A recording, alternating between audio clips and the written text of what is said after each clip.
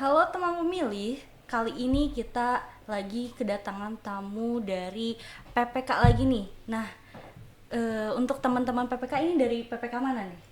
Kami dari PPK Kecamatan Warudoyo. Oh iya, baik untuk ketuanya bisa diperkenalkan dan di jajaran-jajaran anggotanya. Baik, siap. Assalamualaikum warahmatullahi wabarakatuh. Perkenalkan, kami dari PPK Warudoyong. Ada saya sebagai Ketua PPK, Lala Latifah. Kemudian di sebelah kiri saya ini ada anggota Divsos untuk PPK, yaitu Nurul Alamsah. Kemudian untuk divisi ODP, Operator Data Pemilih, ada Muhammad Dafa Wardana. Dan juga ada untuk divisi logistik, ada Hikmat Zulfahmi. Ada satu orang lagi, Imam Maulana untuk divisi teknis, tapi kebetulan beliau hari ini ada jadwal operasi, jadi tidak bisa hadir di podcast kita hari ini. Nah, kalau boleh tahu, kalau jadi ketua PPK itu tugasnya seperti apa sih? Gitu, bisa dijelaskan nggak? Tugasnya kalau jadi ketua itu sebetulnya kalau di kami yang membedakan hanya nama aja sih, label ketua. Tapi kalau tugasnya sama dengan teman-teman yang lain, kita ini sama-sama bekerja untuk Kecamatan Warudoyong atas namanya. Tapi tentunya pekerjaannya sama, baik itu ketua ataupun anggota, karena kita memang membidangi untuk untuk persiapan pemilu ya. Kalau kemarin itu di pemilu kada, jadi tugas kita memang sama-sama. Tapi di bawah kita itu ada PPS, ada dari 5 kelurahan. Per kelurahan itu ada 3 orang, jadi kita ada 15 orang anggota PPS yang ada di bawah naungan kita PPK. Nah, ini untuk anggota-anggotanya kan pasti dibagi per divisi ya. Boleh dijelaskan nggak per divisinya itu tupoksinya tuh apa aja sih? Bisa dikasih tahu ke teman pemilih mungkin? Oke, mulai siapa dulu nih? Mau Dipsot dulu, logistik atau datin dulu? Silakan, siapa aja dulu. Oke, boleh. Siapa saya dulu ya? Oke, untuk saya ini kebetulan memegang di divisi operator data pemilih yang tentunya tugasnya itu dari awal kami sudah bertugas memproyeksikan lokasi TPS. Nah, hasil dari proyeksi lokasi TPS tersebut akhirnya menjadi bahan acuan kami untuk nantinya memutakhirkan data pemilih untuk menentukan berapa jumlah pantarlih petugas pemutakhiran data pemilih di setiap kelurahan. Nah, kebetulan di kita itu ada 5 kelurahan dan juga ada 95 TPS yang telah kami proyeksikan saat itu. 94 TPS itu sifatnya reguler, dan 1 TPS ini bersifatnya khusus karena kebetulan Lapas 2B Kota Sukabumi itu ada di Kelurahan Nyomplong dan di wilayah Kecamatan Warudoyong. Setelah itu, kami memutakhirkan data yang diturunkan oleh Kemendagri melalui KPU RI dan diturunkan secara berkala ke provinsi, kota, ke kecamatan, dan dari kecamatan juga langsung diturunkan kepada PPS, yang akhirnya data tersebut itu dilakukanlah pemutakhiran pencocokan data pemilih kepada para pemilih-pemilih. Dari data tersebut apakah betul dilihat dari namanya, terus NIK-nya, apakah sudah sesuai, apakah orang tersebut ternyata sudah meninggal dunia, terus juga orang tersebut misalnya ada yang sudah pindah ya. Nah, setelah hasil pemutakhiran data ini selama 1 bulan dilakukan oleh Pantarlih, maka dilakukanlah pleno yang dinamakan saat itu adalah pleno DPSHP. Setelah itu juga kami ada masa tanggapan lagi. Nah, kami menerima tanggapan dari masyarakat apakah di hasil pleno itu ada perubahan, apakah ada lagi yang meninggal dunia dan sebagainya. Setelah itu diplenokan kembali dan akhirnya puncaknya diplenokan saat DPT ditetapkan sebagai daftar pemilih tetap. Setelah DPT ditetapkan itu tidak selesai karena kita masih ada lagi nih prosesnya, yaitu tahapan daftar pemilih tambahan. Kami memfasilitasi kepada pemilih-pemilih yang sudah pindah atau juga ada yang karena bekerja, terus ada yang karena belajar, ada juga karena jadi tahanan lapas begitu ya, karena mereka masih mempunyai hak untuk memilih. Nah, kami lakukanlah itu daftar pemilih tambahan. Ada yang kami proses di H-30 dan juga ada yang kami proses di H-7. Nah, untuk H-30 ini ada 6 kategori. Untuk di H-7 ada 4 kategori seperti itu. Setelah DPTB, nah kami juga menginstruksikan kepada PPS juga untuk menginventarisir jumlah DPK. Untuk apa? agar kami bisa menginvestigasi setiap TPS mana nih yang kira-kira akan ada kelebihan pemilih seperti itu. Nah, jadi itu untuk tugas yang terkait divisi data dan informasi. Oh, ya, baik. Untuk yang lainnya mungkin? Dari divisi logistik yang mungkin lebih spesifiknya kita mempersiapkan sekaitan dengan persiapan logistik, yang dimana salah satunya adalah kotak suara dan lain sebagainya, supaya bisa aman dari mulai kedatangan sampai nanti pengembalian. Itu mungkin kalau divisi logistik mengamankan segala seluk-beluk berbicara tentang perlengkapan, peralatan, dan juga hal-hal yang sifatnya nanti di TPS. Itu mungkin untuk logistik karena sifatnya kita mempersiapkan barang-barang yang kita harus bisa menjaga dan menjamin sesuai dengan prosedur yang ada. Itu aja sih kalau untuk divisi logistik mempersiapkannya. Silahkan yang selanjutnya. Baik, sebenarnya untuk divisi sosialisasi, partisipasi masyarakat dan juga SDM, yang pertama itu sama halnya dengan divisi sosialisasi. Berarti tugas dari divsos ini berarti untuk mensosialisasikan kembali terkait dengan pilkada ini. Kita juga mengikuti KPU terkait dengan sosialisasi dari mulai segmen keagamaan, marginal, dan yang lain-lain. Nah, kita mengikuti segmen-segmen yang dilaksanakan di KPU. Begitupun di tingkat PPK ada juga 4 segmen yang kita laksanakan. Yang pertama segmen keagamaan, lalu jalan santai untuk mensosialisasikan pilkada ini, lalu ada segmen pemuda atau Karang Taruna, dan yang terakhir ini adalah segmen perempuan seperti itu. Begitupun ada juga sosialisasi ini ada di tingkat PPS, yang mana tingkat PPS ini ada 3.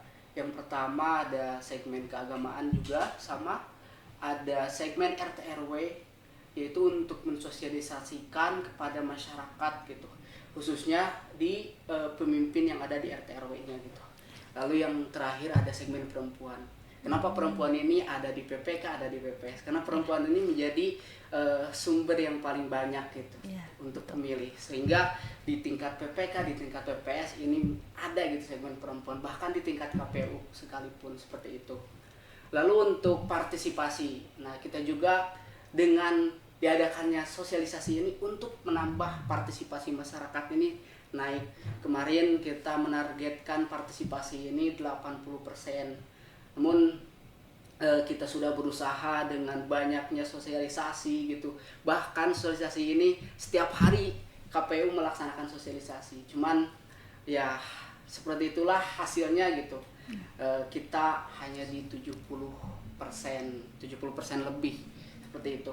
Lalu di tingkat SDM, nah begitupun SDM, jadi Dipsos ini untuk juga mengatur terkait dengan bagaimana untuk merekrut PPS dan juga KPPS, itu juga dibentuk oleh Dipsos dan juga rekan-rekan lainnya. Seperti itu paling bagian kecil dari tupoksi Dipsos seperti itu.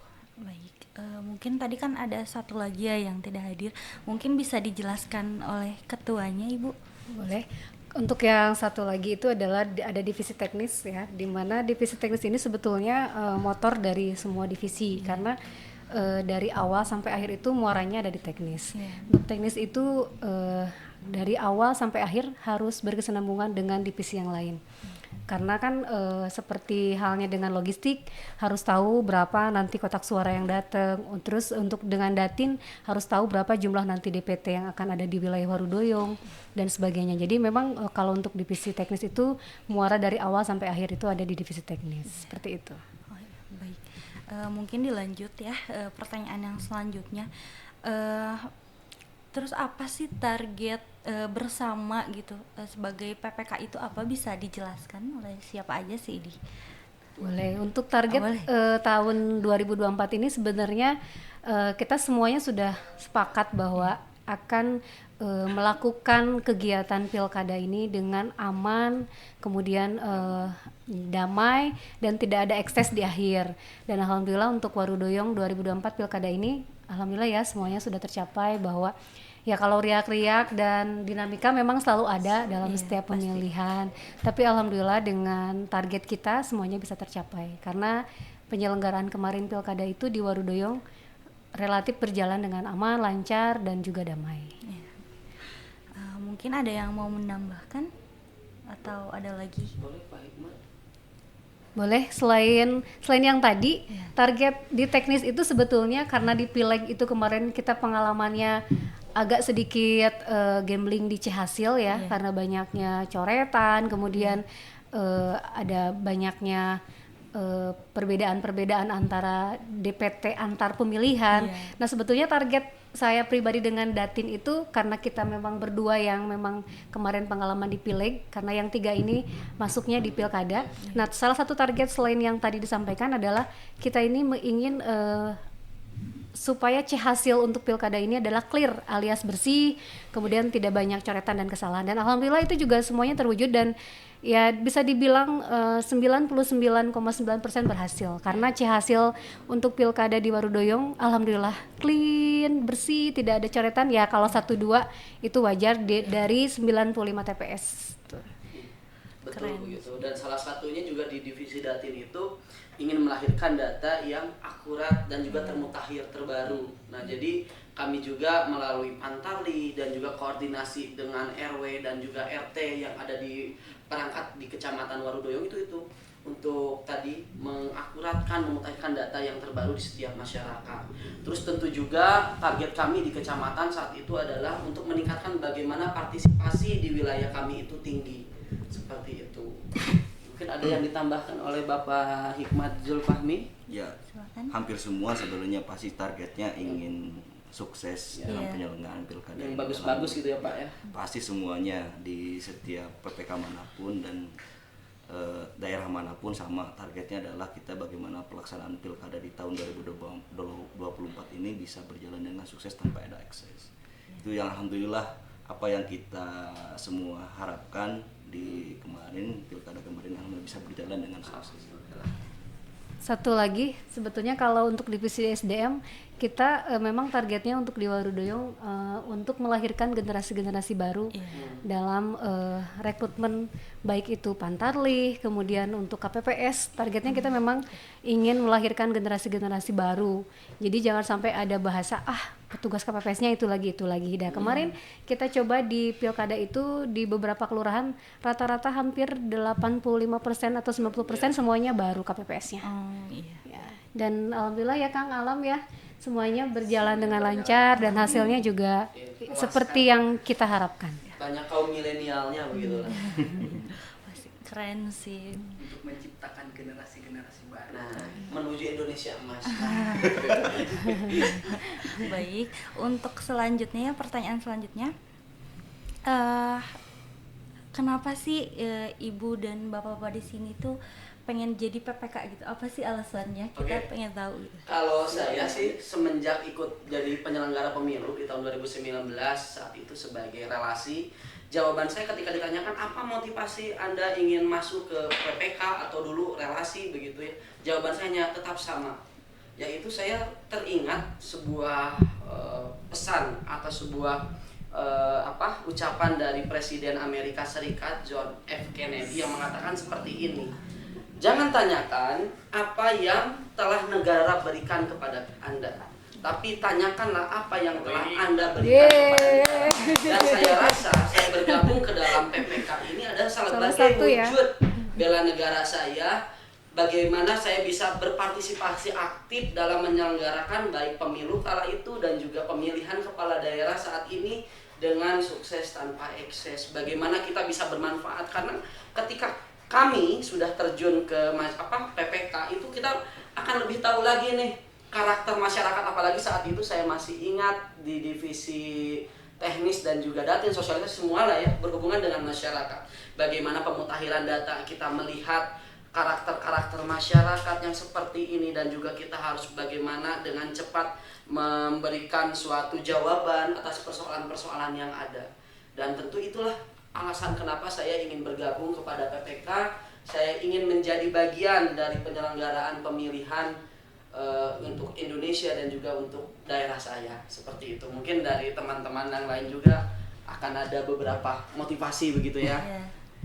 Ya sebenarnya kalau berbicara tentang latar belakang ataupun apa sih yang menjadi motivasi daftar PPK, sebenarnya salah satunya ya ingin memberikan kontribusi sebenarnya. Pertama memberikan kontribusi, yang kedua apa sih yang kita bisa berikan kepada negara ini.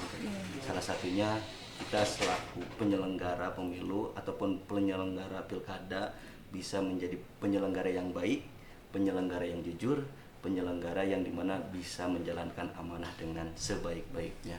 Mungkin itu kalau dari saya secara pribadi, karena kebetulan juga sebelum di penyelenggara saya jadi pengawas juga mulai dari tingkat TPS. Jadi pengalaman yang sangat luar biasa. Dulunya mengawasi, Sekarang terjun untuk Di menjadi bagian. seorang penyelenggara. Jadi bisa melihat dari dua Dari sisi. Iya. Itu saja. Kan yang lainnya ada yang mau menambahkan? Ya, untuk motivasi sebenarnya hampir sama dengan yang lain. Ya, saya juga berangkat dari seorang pengawas gitu. Dan ketika jadi pengawasnya seperti ini gitu. Dan saya pengen untuk menjadi seorang yang terjun di dalamnya. Bagaimana sih gitu?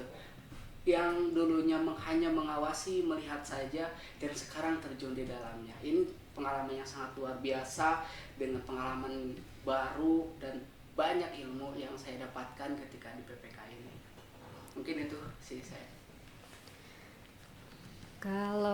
Kalau saya pribadi, motivasinya memang seperti tadi yang sudah disampaikan sama rekan-rekan yang lain, sama ingin ikut andil dalam kegiatan kenegaraan yang hanya 5 tahun sekali. Dan memang kalau untuk yang pernah menjadi penyelenggara itu ada bahasa apa ya, ada keinginan ketika 5 tahun kembali itu ingin ikut lagi, jadi ada kesan nagih gitu. Pak, ada panggilan? Iya, gitu ada ya? panggilan jiwa. Kalau misalnya ketika ada rekrutmen untuk PPK, untuk rekrutmen untuk PPS, untuk penyelenggara pemilu itu atau pilkada itu, ada perasaan pengen ikut ya, mencoba untuk tes lagi gitu.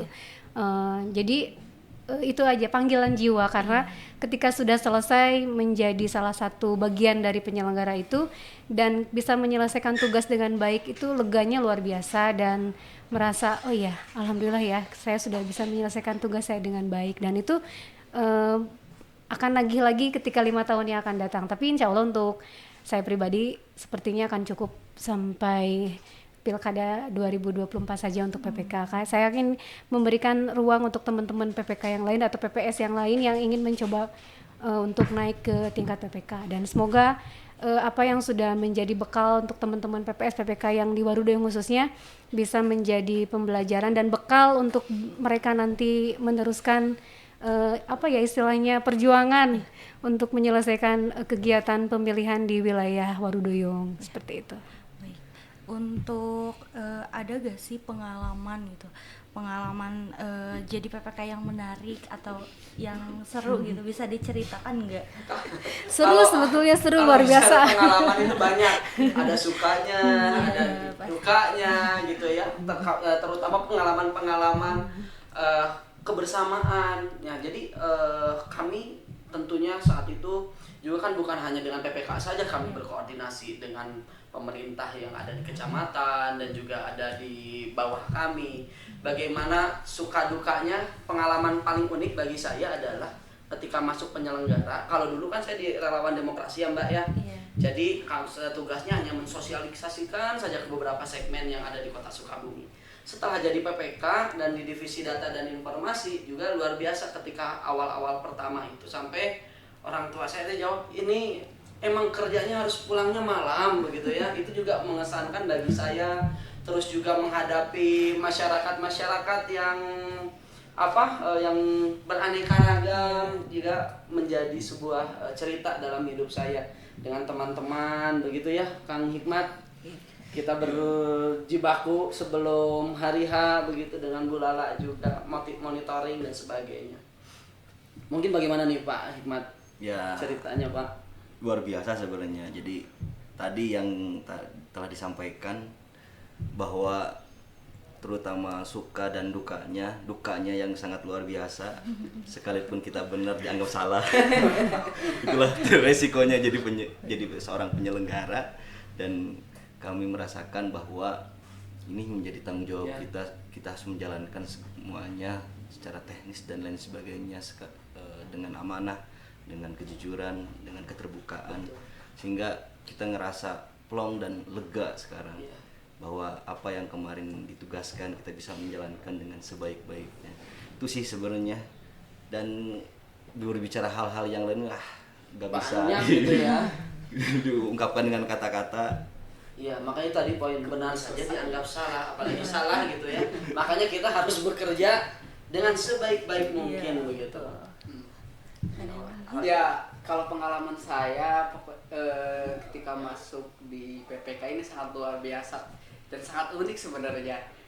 Ketika pas masuk kan saya untuk jadi PPK ini di pilkada sekarang gitu. Belum tahu yang namanya pleno itu seperti gimana gitu. Yang saya tahu pleno itu harus ini gitu, harus ada banyak orang gitu dengan bawa ketok palu gitu. Ketika pas pertama untuk pemilihan ketua dan divisi-divisi itu kan kita ngobrol di ruangan makan gitu, ngobrol biasa. Kirain saya itu bukan pleno, padahal itu udah pleno gitu. Itu sangat ini gitu. Terakhir pas masuk lagi di ruangan gitu, kan bertanya dari KPU, ini udah selesai plenonya? Kata saya kapan selesai plenonya gitu. Soalnya itu gak tahu, kirain saya ngobrol doang gitu, bukan pleno. Jadi akhirnya tahu gitu, pleno itu seperti itu, bukan hanya kita dengan resmi saja gitu, kita berbicara berlima juga, itu namanya pleno seperti itu. Dan kalau untuk pengalaman yang banyak lah gitu, kita jadi hujan-hujanan bareng Mbak gitu kan. Pokoknya mah sangat luar biasa, banyak pengalaman baru gitu seperti itu. Mungkin dari Ibu Ketuanya. Kalau untuk pengalaman di Pilkada 2024 sangat luar biasa, baik secara pribadi maupun secara tim ya. Tapi intinya banyak masukan, banyak hikmah dari semua yang sudah dijalani bersama. Bisa memanage lebih baik emosi, kemudian meskipun kadang memang tidak terkontrol juga ya, kalau sudah mumet mah keluar lah rimau nah gitunya. Tapi mungkin mudah-mudahan teman-teman semuanya mengetahui dan paham kalau saya marah-marah itu bukan marah, sebetulnya sayang sama mereka. Karena intinya ingin memberikan yang terbaik buat teman-teman, karena mereka tuh harus punya kedisiplinan yang tinggi, kemudian juga manajemen waktu yang baik, dan juga istilahnya persiapan. Nanti kita tahapannya ini, yuk kita persiapkan dari sebelumnya. Nah, mungkin untuk teman-teman yang baru bergabung dengan PPK, mereka awalnya tidak menyadari akan hal itu, tapi ketika memang sudah berjalan dan seringnya waktu, akhirnya mereka menyadari dan oh iya Bu, jadi intinya seperti itu. Mungkin kalau dari awal-awal mereka pasti kesel, ketua teh bawel gitu. Seperti itu sih, tapi alhamdulillah dengan banyaknya pengalaman kemarin, semuanya memang ada hikmah di balik semuanya itu. Jadi bisa manajemen emosi, kemudian kita bisa mengatur ritme, bagaimana caranya kita menyatukan jadwal antara yang berbagai kegiatan yang berlima ini menjadi satu kesatuan, apalagi dengan teman-teman PPS yang memang mereka juga kadang ada yang memang bekerja dan di luar PPS juga ada kegiatan lain. Jadi ya intinya itu mereka dan kita itu menyatukan persepsi yang sama hingga akhirnya apa yang kita cita-citakan bisa berhasil dan berjalan sesuai rencana. Dan memang Mbak, sosok wanita itu memang diperlukan sih dalam organisasi. Karena apa? Kalau wanita yang bawel itu cocok gitu kan. Kita juga mau melawan perempuan gitu kan. Bawel memang sudah kodratnya seperti itu. Coba kalau misalkan saya yang bawel gitu kayaknya agak kurang bagus juga ya Pak. Jadi memang sosok wanita itu sangat diperlukan juga dalam sebuah organisasi. Karena tapi bawel di sini ya dalam artian memang bawel yang positif. Saya rasa memang ini juga untuk sebagai bahan dan bekal ke depan bagaimana kita bisa melihat wilayah kita apa saja sih, bahwa dalam pekerjaan PPK itu adalah bukan pekerjaan yang main-main begitu.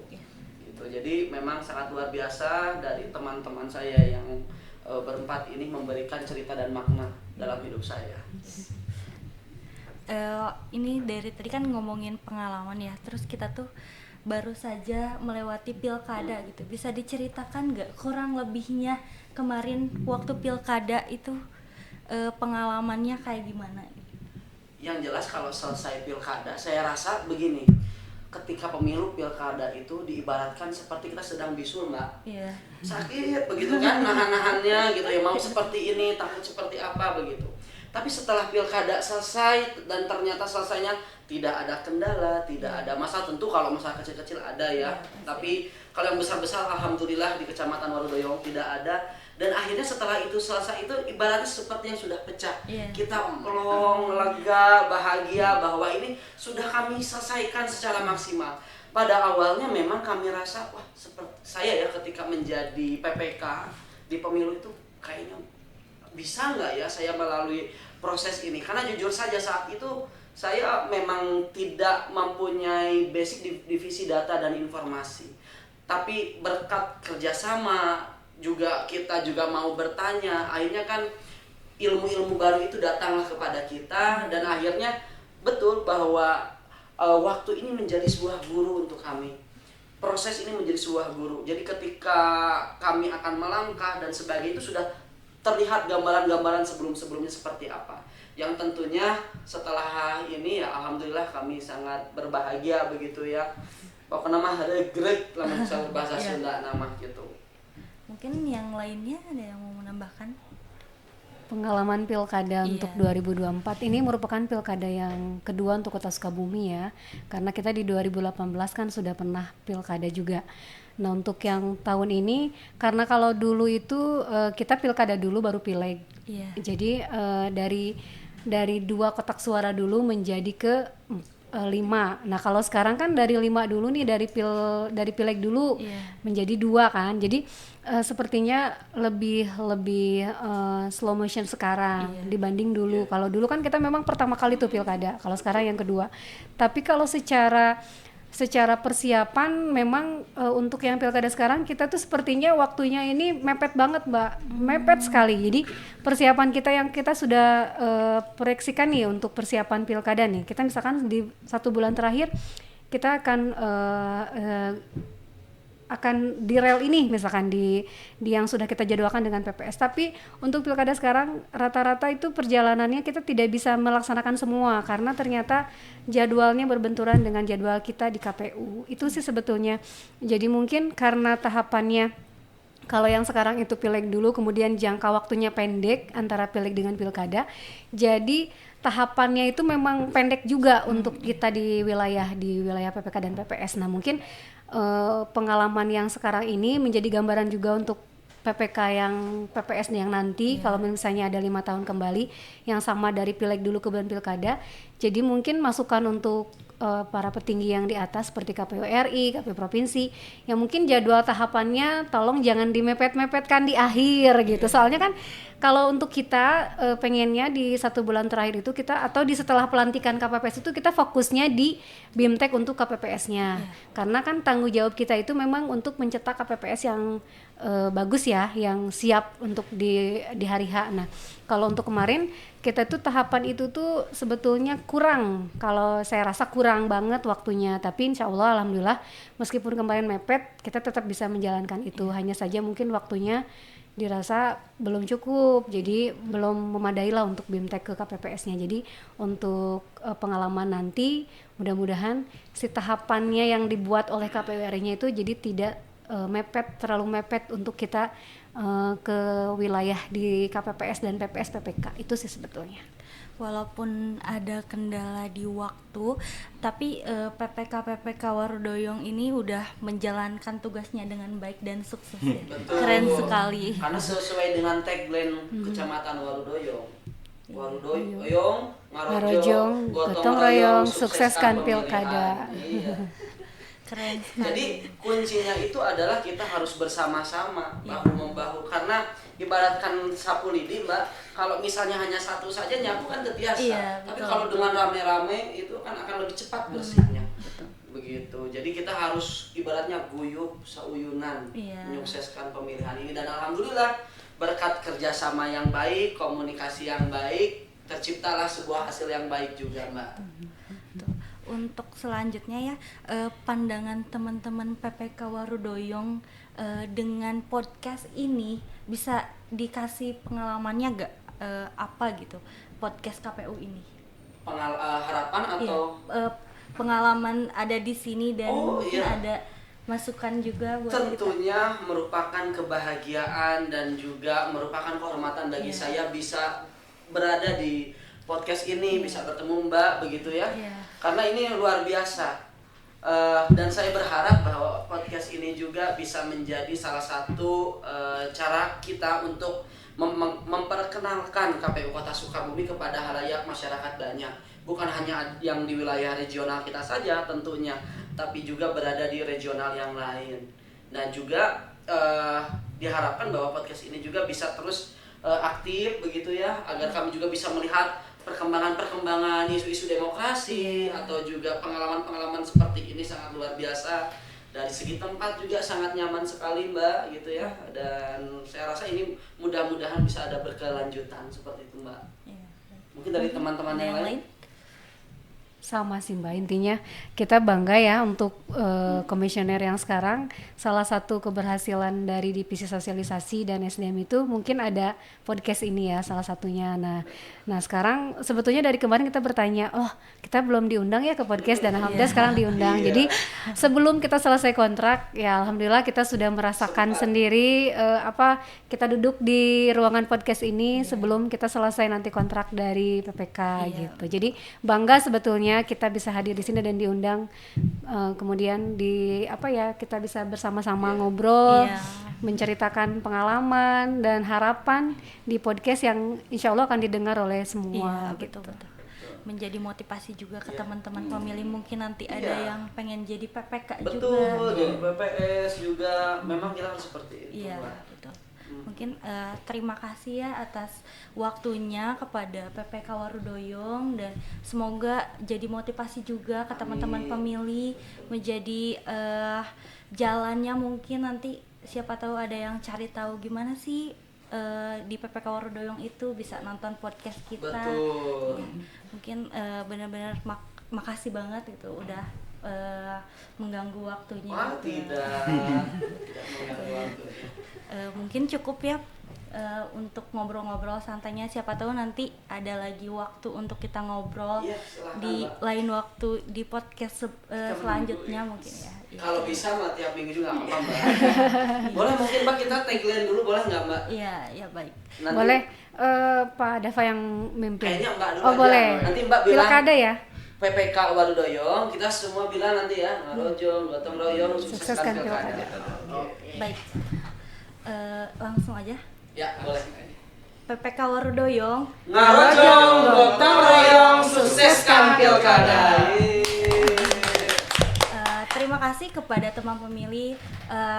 Tonton lagi podcast selanjutnya dan selamat bertemu. Dadah. Dah, see you again.